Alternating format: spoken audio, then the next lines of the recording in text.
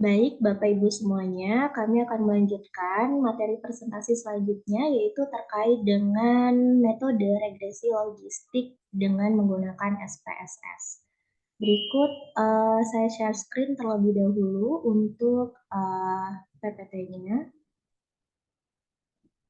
Nah, sudah muncul ya Bapak Ibu semuanya. Nah, dalam kasus metode uji regresi logistik dengan menggunakan SPSS, di sini kami mengambil contoh kasus pengaruh rokok dan riwayat kanker terhadap kanker paru. Jadi di sini kita mau melihat adakah pengaruhnya dari rokok dan riwayat keturunan kanker, misal dari keluarga gitu ya, terhadap seseorang mengidap penyakit kanker paru.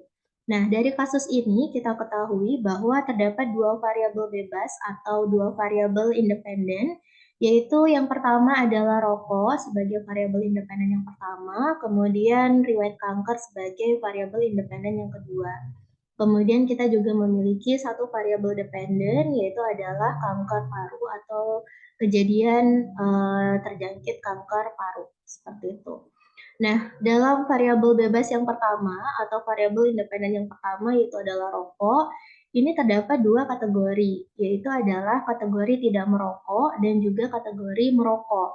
Di mana pada kategori untuk tidak merokok kita beri kode 0 dan pada kategori merokok kita beri kode 1 ya.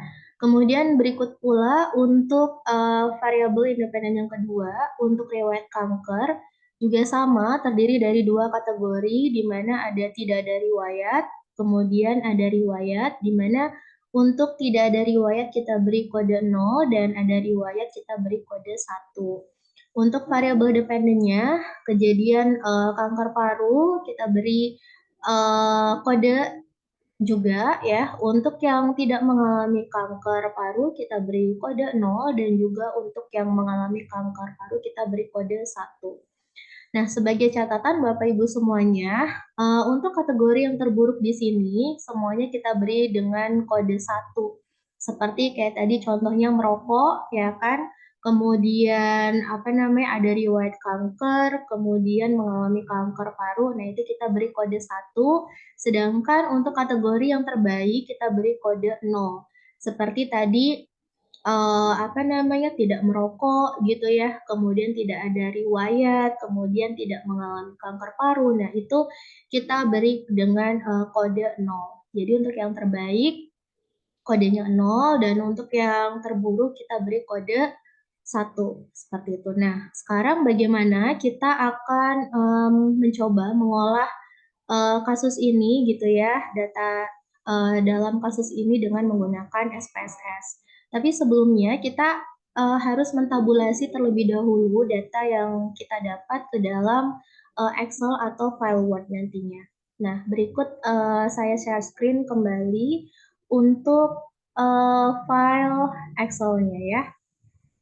Jadi ini adalah file Excel untuk hasil tabulasi kita yang sudah ditabulasikan, sudah kita beri kode tadi ya 01. Nah, sebagai berikut ya Bapak Ibu semuanya, di sini kami memiliki 200 orang responden, Bapak Ibu semuanya.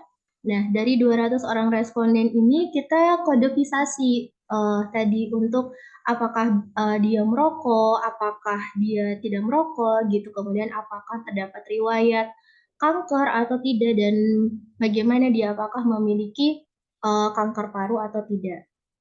Sebagai contoh misalnya di sini untuk yang responden nomor 1 ya. Di sini kita lihat untuk nilai X1 ini adalah 0. 0 tadi apa nih? 0 adalah kejadian, kode 0 tadi adalah kejadian untuk yang terbaik. Artinya karena dia terbaik tadi untuk X1 0, artinya tadi terkait dengan rokok ya, variabel independen kita. Maka X1 ketika responden 1 ini kita beri kode 0, artinya adalah responden nomor 1 ini adalah tidak merokok. Kemudian untuk variabel X2 tadi adalah tidak ada riwayat, juga kodenya 0, berarti dia tidak memiliki riwayat gitu ya, riwayat kanker paru. Dan mengakibatkan di variabel dependennya dia juga tidak memiliki penyakit kanker paru, maka kita beri kode 0. ya. Jadi untuk responden nomor 1 ini dia tidak merokok, tidak ada riwayat, dan juga tidak mengalami kanker paru. Kemudian untuk responden yang nomor 2. Untuk responden yang nomor 2, dia tidak merokok, kodenya 0. Kemudian dia memiliki riwayat kanker gitu ya, entah mungkin dari keluarga seperti itu, tapi dia tidak mengalami yang namanya kanker paru. Kemudian yang responden nomor 3, kalau ini responden yang nomor 3 dia dia merokok gitu ya, tapi dia tidak ada riwayat kanker dan dia juga tidak mengalami kanker paru. Nah, seterusnya ini semuanya kita tabulasi dari hasil observasi kita gitu ya, dari hasil mungkin sebar kuesioner dan angket misalnya seperti itu untuk 200 orang responden. Nah, setelah kita sudah mentabulasi datanya di file Excel seperti ini, barulah kita akan masukkan dan kita olah ke dalam program SPSS. Saya stop share dan saya share screen untuk SPSS-nya. Nah, berikut adalah tampilan program SPSS. Jadi di sini pada tampilan program SPSS itu ada 2 sheet Bapak Ibu semuanya. Ada sheet data view, di mana di sini nanti adalah proses kita dalam menganalisis data, dan ada sheet di variable view. Jadi di variable view ini adalah proses kita pengkodifikasi tadi untuk pengkodean. Nama-namanya kita beri nama itu di sini. Maka di bagian sheet variable view, kita tulis di bawah kolom name. Tadi kan kita punya 3 variabel ya, Bapak Ibu semuanya. Kita bisa tulis X1, atau mungkin kalau mau ditulis rokok juga boleh. Tadi X2-nya adalah riwayat rokok, dan dependennya adalah tadi kanker paru. Nah, di sini saya menuliskannya variabel independennya X1 yang untuk rokok, kemudian riwayat kanker saya berikan kodenya X2, dan kanker paru atau kejadian kanker itu di variabel Y gitu ya. Jadi ada 2 variabel independen dan 1 variabel dependen. Di mana untuk type data dan width-nya ini biarkan saja sesuai default. Kemudian yang perlu kita rubah di sini adalah decimals. Untuk di decimalsnya kita rubah jadi angka 0. Kenapa? Karena data kita tidak ada desimalnya, dan kemudian memang hanya tadi 0, 1 berupa data dummy gitu ya, data binary. Nah, label biarkan saja juga kosong sesuai default. Nah, di values ini akan kita isi Bapak Ibu semuanya. Value-nya berapa? Tadi hanya ada 0 dan 1, dan nanti kita labeling gitu ya. Jadi kita punya value 0 ya. Nilai 0 itu adalah untuk kejadian apa tadi? Kategori tidak merokok ya. Tadi 0 itu tadi kejadian terbaik ya. Berarti 0 adalah tidak merokok, kita add. Kemudian value 1 adalah untuk merokok. Gitu ya, kita add kembali. Kita klik OK. Nah, akhirnya sudah muncul untuk value atau kategorisasi untuk yang variabel independen pertama. Kemudian di measure-nya kita rubah menjadi scale. Kemudian pada variabel X2-nya sekarang independen kedua, variabelnya kita value-nya kita ganti dengan 0. Labelingnya apa tadi? Berarti kan terbaik ya, berarti tidak ada riwayat ya. Tidak ada riwayat kanker. Nah, kanker. Ya, kemudian kita add. Kemudian 1 kita beri kodenya tadi adalah labelingnya terdapat riwayat kanker seperti itu ya. Terdapat riwayat kanker. Oke. Nah, kita oke. Nah, measure-nya juga sama, pengukurannya kita rubah ke scale. Selanjutnya di variable dependent sama, kita beri value 0, labelingnya tadi apa? Untuk 0 berarti tidak mengalami kanker paru ya. Kita klik add, kemudian 1 adalah untuk mengalami kanker paru. Nah, kita add kembali, kemudian kita klik OK. Dan selanjutnya di measure-nya ini kita rubah jadi nominal ya Bapak Ibu. Tadi seperti sudah dijelaskan oleh teman-teman sebelumnya tadi pada definisi dari regresi logistik bahwa terdapat satu variabel dependen yang dia merupakan data nominal seperti itu ya. Nah, selanjutnya kita kembali ke sheet yang data view. Nah, di sini kita mau mengolah datanya, tapi di sini kan datanya masih kosong. Nah, kita akan mengcopy paste data yang sudah kita tabulasi tadi sebelumnya di file Excel. Jadi tampilannya kalau sudah kita beri nama tadi ya Bapak Ibu sudah kita beri nama, maka akan tampilnya berubah di sini ada X1, X2 dan Y. Sedangkan yang belum kita beri nama ini nanti tulisannya adalah var. Nah, seperti ini gitu ya. Nah, sekarang kita copy dulu file yang ada di Excel tadi. Saya stop share. Ini file Excel-nya saya buka kembali. Nah, ini kita copy datanya dari sini ya tanpa without numbering ya. Jadi kita dari sini aja kita copy semua datanya.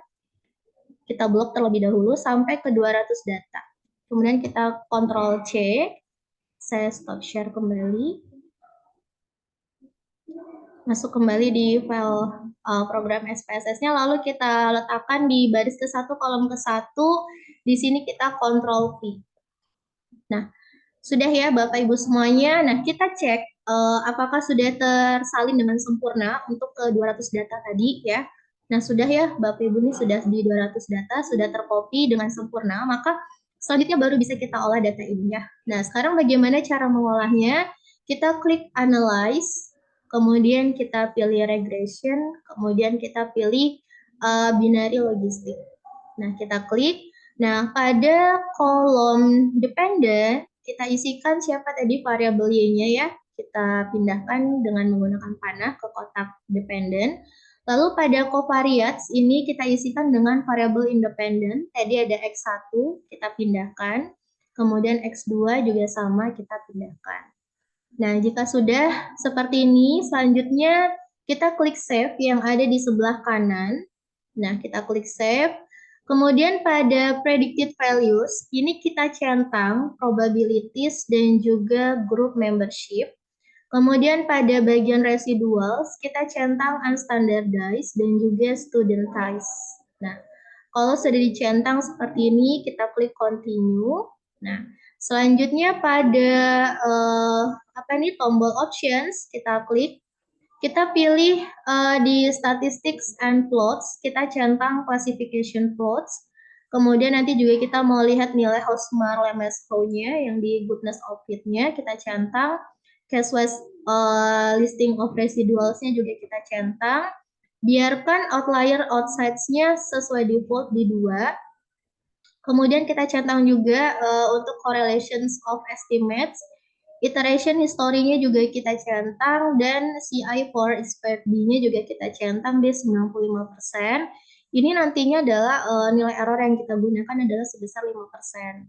Nah, untuk display at each step kita biarkan sesuai default, begitu pula untuk di probability for stepwise. Di entry-nya juga sama, biarkan di 0,05, removal-nya di 0,1, classification cut-off-nya di 0,5 dan maksimum iteration-nya di 20. Nah, sudah dicentang semuanya dan include constant in model juga sesuai sudah dicentang oleh default. Nah, kalau sudah tampilannya seperti ini, maka kita tinggal klik continue, kemudian kita klik OK. Nah, maka muncul output seperti berikut. Belum muncul di Bapak Ibu ya. Saya share screen dulu yang outputnya karena ini beda ekstensi, jadi harus stop sharing dulu baru sharing kembali. Nah, tampilannya sudah muncul seperti ini Bapak Ibu untuk outputnya. Ya, bisa dilihat di sini outputnya untuk logistic regression. Pertama sekali ada table case processing summary di mana dia menginfokan kita terkait dengan jumlah data yang kita olah ya. Tadi ada sekitar 200 data yang kita olah, maka dia muncul jumlah sampelnya di 200 gitu ya dengan keakurasian 100%. Kemudian ada dependent variable encoding, tadi ya terkait dengan variabel Y kita ya, yaitu tidak mengalami kanker. Tadi ya value-nya adalah di 0, kemudian mengalami kanker paru di 1. Kemudian ada iteration history yang tadi juga sudah kita centang ya pada langkah tadi sebelumnya. Kemudian ada classification table di sini ya. Kemudian variable in equation, bagaimana nanti untuk persamaan dari regression logistik ini. Kemudian variables not in the equation yang tidak terdapat dalam bentuk persamaan. Ini ada lagi iteration history-nya, omnibusnya, model summary, Hosmer and Lemons-Howe test-nya juga tadi yang kita centang, classification tables, variables in the equation, correlation matrix, dan feature seperti ini, tabel seperti ini. Nah, bagaimana untuk interpretasi dari hasil output ini? Nah, selanjutnya akan dijelaskan oleh Budara. Oke, untuk Budara, silakan dan ini saya stop sharing terlebih dahulu. Terima kasih Bapak Ibu semuanya. Assalamualaikum warahmatullahi wabarakatuh.